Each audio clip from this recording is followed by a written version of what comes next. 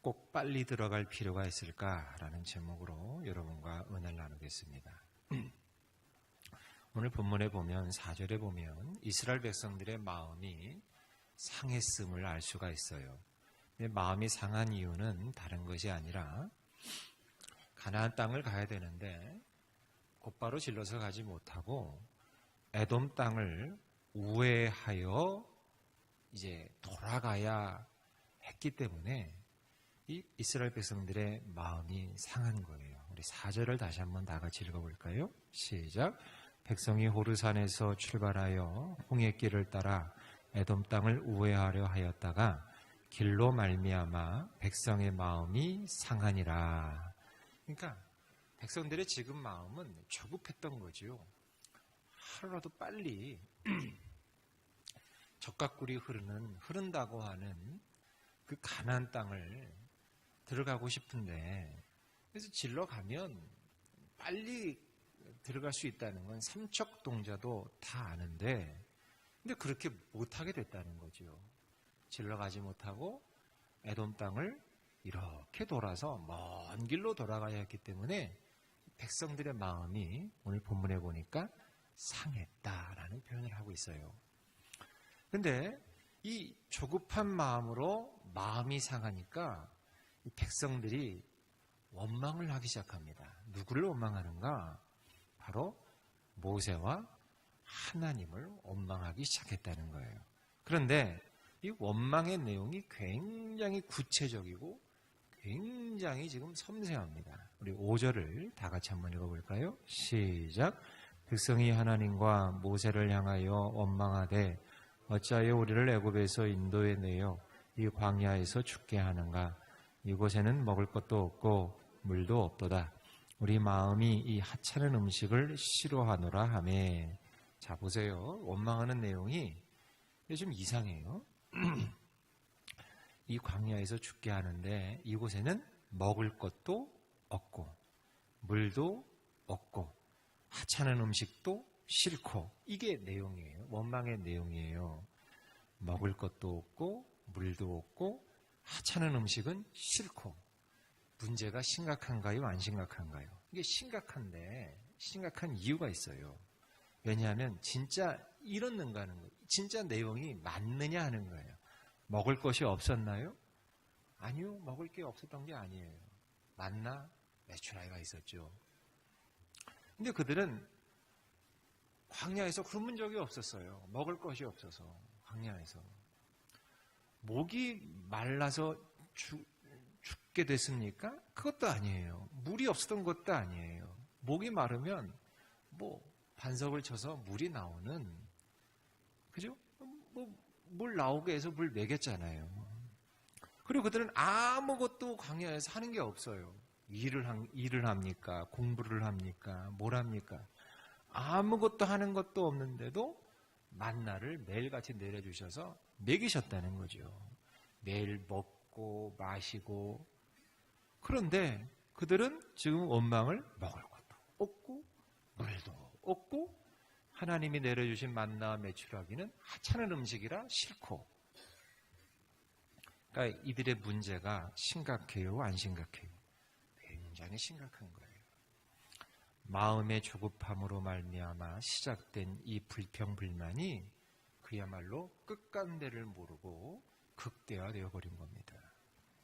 그런데 여러분, 우리가 한번 찬찬히 생각해 보겠습니다. 마음이 조급할 이유가 있을까요? 물론 그들은 가나안으로 들어가고 싶었을 것입니다.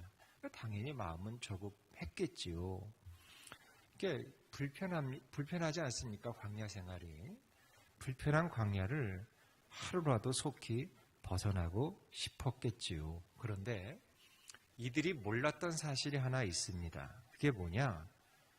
가나안 땅에 들어간다고 해서 모든 일이 이제부터는 만사형통이 될 것이 아니라는 사실이에요. 가나안 땅에 들어간다고 해서 정말 그들이 이제 또 발 쭉 뻗고 그야말로 천국 같은 삶을 살 수 있느냐? 그거 아니라는 거예요. 사실 조금 빨리 가나안에 가봐야, 가나안 땅 여러분 요단강 건너서 요단강 건너서부터 이제 시작된 게 뭐예요? 전쟁 아닙니까? 가나안 땅은요, 그냥 공으로 얻은 땅이 아니지요. 이제 계속 치열하게 하루하루 싸우고 저성 점령하고 이성 점령하고 치열하게 싸우고 전쟁을 치를 뿐이라는 거예요. 아니, 그러니까 광야보다 어쩌면 더 위험하고 더 열심히 살아야 할 곳이 가나안 땅이었다는 거예요. 그러니까 가나안 땅은 그들이 생각하는 것처럼 날마다 젖과 꿀이 맨날 흘러넘쳐서 입만 벌리면 젖이 흘러들어오고 꿀이 흘러들어오고 편안하게 그냥 앉아서 세워라 내워라 하는 그런 편안한 땅이 아니라 사실 가나안 땅은 어떤 땅이었다는 거예요. 쟁취해 나아가야 하는 땅이었기 때문이에요. 그러니까 어찌 보면 사실은 이들은 조급할 이유가 없었다는 거죠. 오히려 어찌 보면 광야에서 오래 있는 게 더 좋았을런지도 모른다는 거예요. 여기서 하나, 여러분 분명히 우리가 잊지 말고 기억해야 할 사실은 준비되지 아니하면 그런 준비되지 않은 의미 없는 삶이 가나안 땅에 들어갈 이유가 없다는 거예요. 그런 삶은 가나안 땅에 적합하지 않다는 거죠. 근데 여러분 계속 볼까요? 이스라엘 백성들의 마음은 그럼에도 불구하고 조급했어요. 그래서 마음이 상했어요. 그런데 그 결과가 그렇게 해서 하나님을 원망하고 모세를 원망한 결과가 그들이 마음 상해서 원망해서 그 상상도 못했던 그런 비참한 결과가 그들에게 일어나게 된다는 거지요. 6절을 우리 다 같이 한번 읽어보겠습니다. 시작. 여호와께서 불뱀들을 백성 중에 보내어 백성을 물리하심으로 이스라엘 백성 중에 죽은 자가 많은지라. 조급해서 마음이 상하고 그래서 하나님이 지금까지 베푸신 은혜조차 무시하고 하찮은 음식이라고 무시하고 없었다고 왜곡하는 것은 이건 단순한 실수가 아니라 심각한 죄악이었다는 거지요.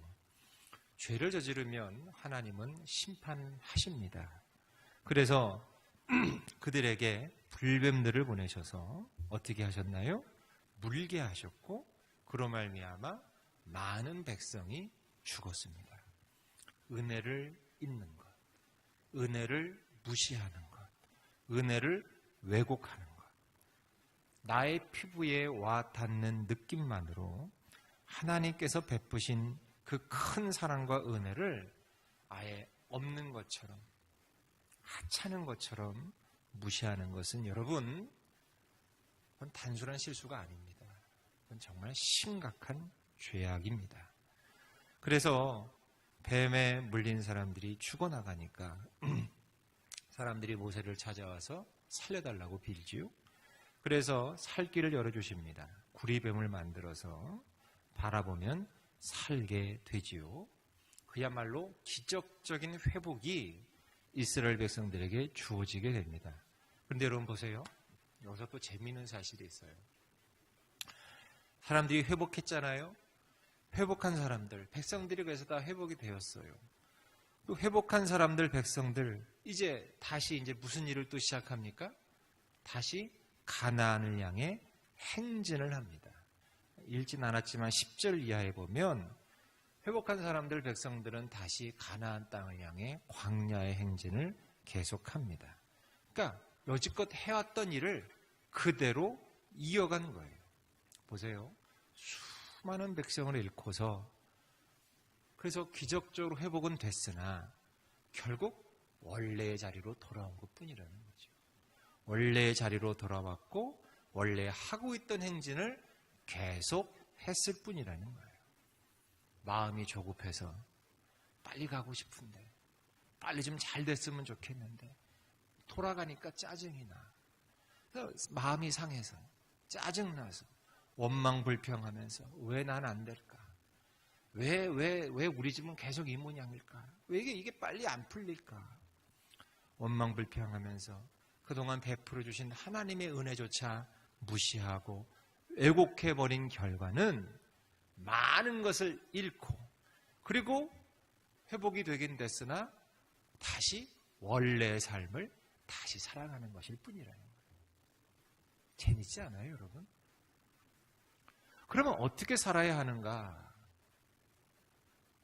답은 나왔습니다. 그저 나에게 주어진 자신의 광야의 삶을 묵묵히 걸어가는 것뿐입니다. 이 광야의 삶을 빨리 벗어나서 뭔가 멋진 그런 인생을 살아봐야 되지 않겠는가? 혹은 이 광야의 삶은 나중에 엄청난 축복을 받기 위한 어쩌면 그냥 필수적인 연당 코스 아니겠어? 라는 생각조차 가질 필요가 없다는 거예요. 내 인생은요, 여러분 정말 죄송한 얘기지만 우리 인생은 어쩌면 광야로 끝날 수도 있기 때문이라는 거예요. 그러지 말라는 보장이 있어요? 난 여전히 아프다가 죽을 수도 있고, 난 여전히 문제 해결하지 못한 채로 죽을 수 있을까요, 없을까요? 있습니다.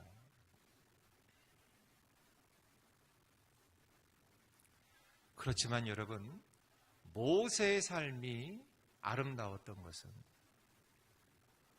그의 삶이 귀했던 것은 가나안 땅에 들어갔기 때문이 아니었다는 거죠. 모세의 삶이 고귀하고 아름다웠던 것은 광야에서 자신에게 하나님이 맡기신 일을 최선을 다해 잘 감당했기 때문이라는 거예요. 그러니까 내가 지금 광야의 삶이냐, 광야를 지나서 가나안의 삶이냐, 이게 중요하지 않다는 거예요. 사실 알고 봤더니 중요한 것은 뭐냐? 지금 나의 삶의 현장 가운데서 내가 하나님의 은혜를 기억하면서 그 은혜 가운데 거하느냐, 아니면 그렇지 아니하고 불평하며 원망하며 짜증내며 조급해하며 사느냐. 여러분, 그것이 중요하다는 거예요. 광야 생활의 본질이 있어요. 결코 잊어서는 안 되는 본질. 다른 건 다, 모든 것은 다 변할 수가 있고 바꿀 수가 있고 상황에 맞추어서 나가면 되겠지만 단 한 가지 변할 수 없는 광야의 본질이 있는데, 광야는 하나님의 은혜가 아니면 통과할 수 없는 곳이라는 사실이에요. 광야의 삶에서는 비록 충분하진 않을지라도, 또 때로는 고통스러울지라도 하나님께서 그래도 어쨌든 간에 매일 만나를 나에게 먹이신다는 사실. 그래서 우리가 죽지 않고 오늘도 새벽에 깨어서 여기 온 거 아닙니까? 어쨌든 간에 나에게 만나를 먹이신다는 사실. 그러니까 나와 함께 하신다는 사실. 그 본질을, 그 한 가지 본질을 잊지 않는다면 비록 우리의 광야의 삶이 피곤하고 힘들지라도 피곤함과 힘듦과 동시에 감사와 기쁨과 행복도 병행할 수 있는 복된 삶이 될 줄로 믿습니다.